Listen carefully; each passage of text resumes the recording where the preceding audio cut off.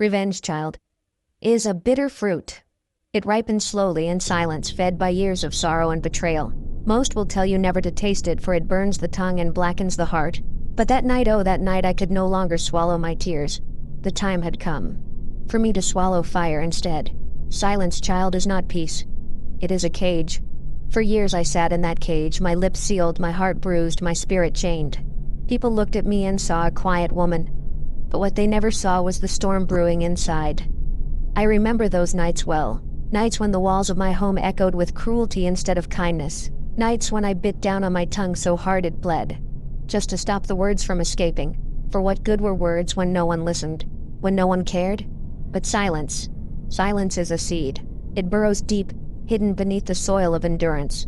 And one day, that seed splits open, sprouting something darker, stronger. My silence grew into something I never thought I would carry: the hunger for justice. It wasn't sudden.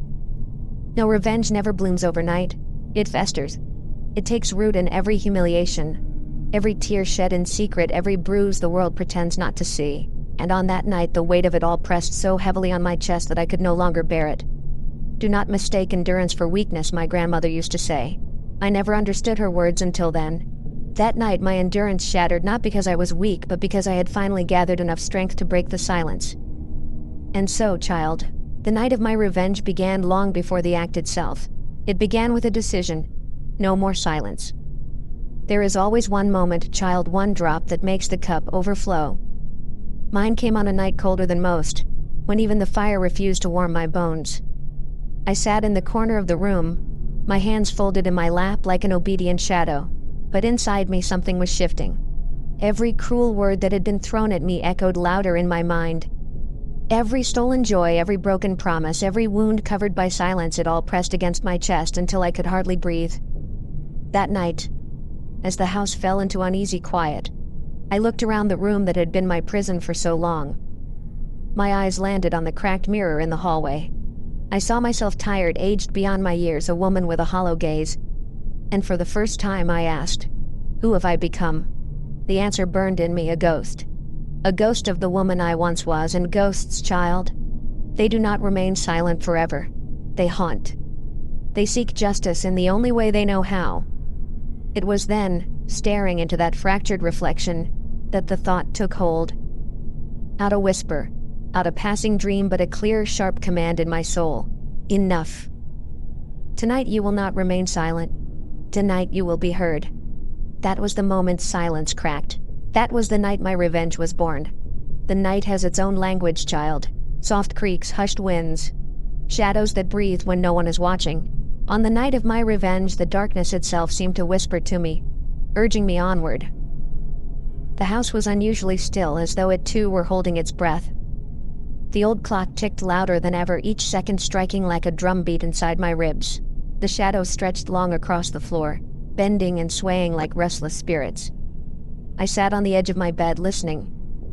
Every sound felt sharper, more alive: the rustle of curtains, the groan of the wooden floor, even the faint scratching of a rat behind the walls. It was as if the world around me had turned conspirator, carrying my secret thoughts through its hidden channels. My heart pounded, not from fear alone, but from the weight of what I had decided. This was no longer silence. This was preparation. And in that quiet, I felt the presence of those who had suffered before me, voices from long ago murmuring that I was not alone.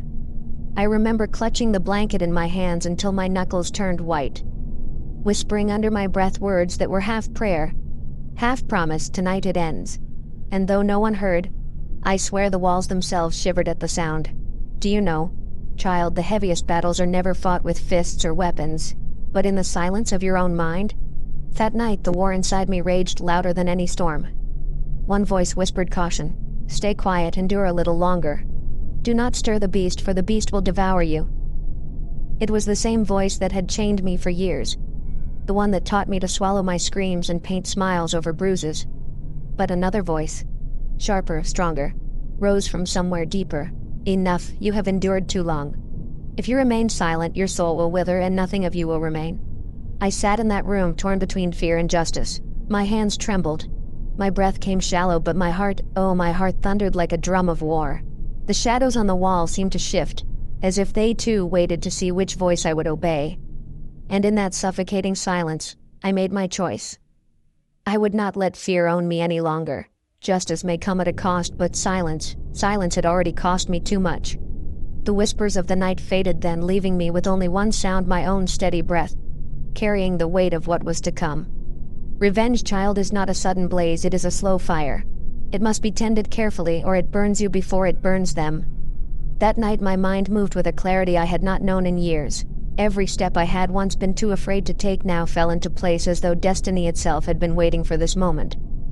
I rose from my bed, the wooden floor cold beneath my feet, and walked through the darkened house as though the walls themselves dared not betray me. I knew his habits, his patterns, the way he drank until the world turned to haze, the way his temper flared and then slumped into careless sleep. For years I had memorized these things as a matter of survival. Now I used them as weapons. I moved quietly, gathering what I needed, small things, simple things, nothing more than tools in the hands of a woman who had finally had enough. A lock of the door here, a shift of furniture there, every detail deliberate. My hands shook, yes, but my purpose did not. Even as I prepared, a part of me asked if I was truly capable. Could these frail hands carry the weight of vengeance? But another part answered, these hands have carried sorrow long enough. Tonight they will carry justice. And so, with each silent step, my plan began to breathe, to live. The fire within me grew brighter, no longer just a thought, but a certainty. They say, child, that patience is the sharpest blade, and that night, my patience finally cut deep. I moved like a shadow, each motion deliberate, each sound swallowed by the silence of the house. The air was thick, heavy, as if the walls themselves were holding their breath. I secured the lock, shifted the chair against the door, and placed each object where it would speak when I needed silence, or silence when I needed surprise. The tools I gathered were not weapons forged of steel, but fragments of everyday life. A lamp moved closer to his bedside. A pitcher of water no longer where it usually sat. The creak of a step muffled with cloth. Every choice was small, but together they formed a trap woven from years of observation. And still my hands trembled. I thought of running, of hiding, of letting the plan fade into smoke. But then I remembered every bruise that had bloomed upon my skin, every scream swallowed into my chest, every insult carved into my heart, and my trembling ceased. As I stood there in the dark, my plan complete, I felt an unfamiliar calm. Not the calm of peace, no. The calm of a storm moments before it breaks. Revenge is not anger unleashed, I whispered to myself. It is justice delayed until the night one finds the courage to collect it.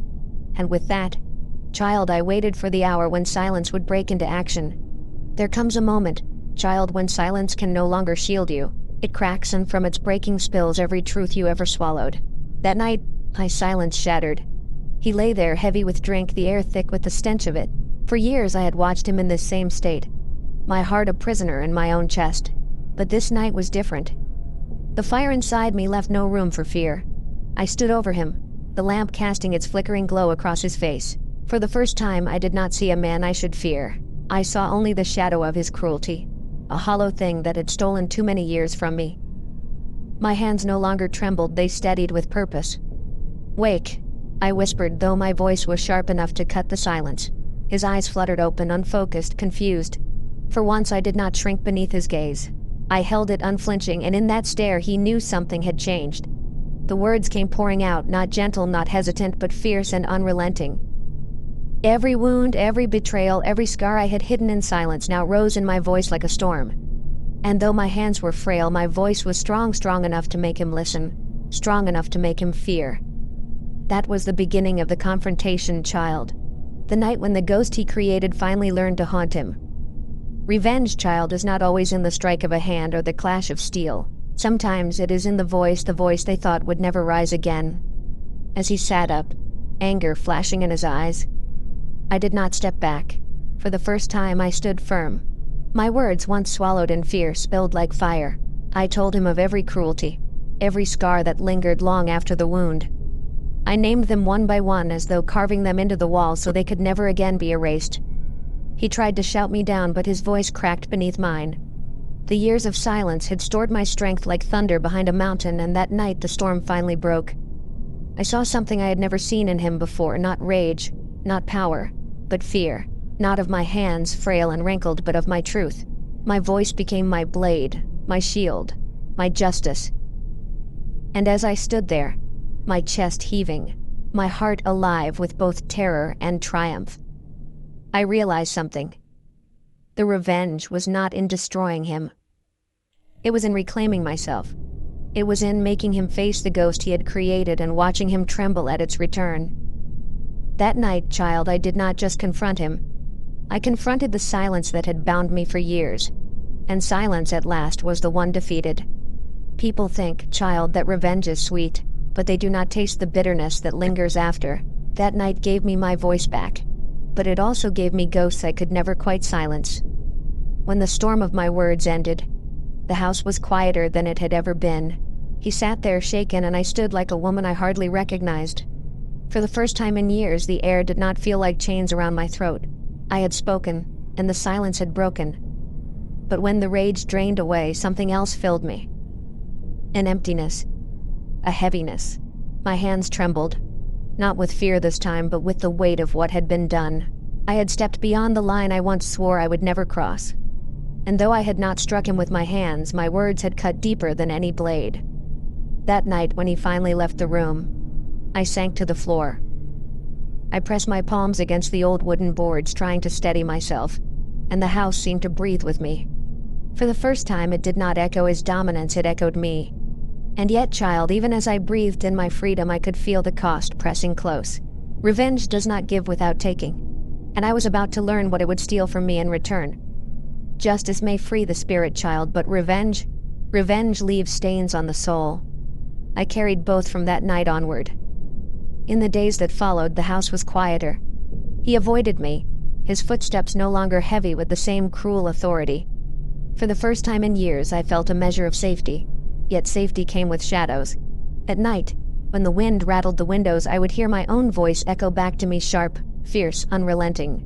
And I would ask myself, had I become the very storm I once feared? There is a loneliness in revenge. People see only the strength it took, never the trembling that follows.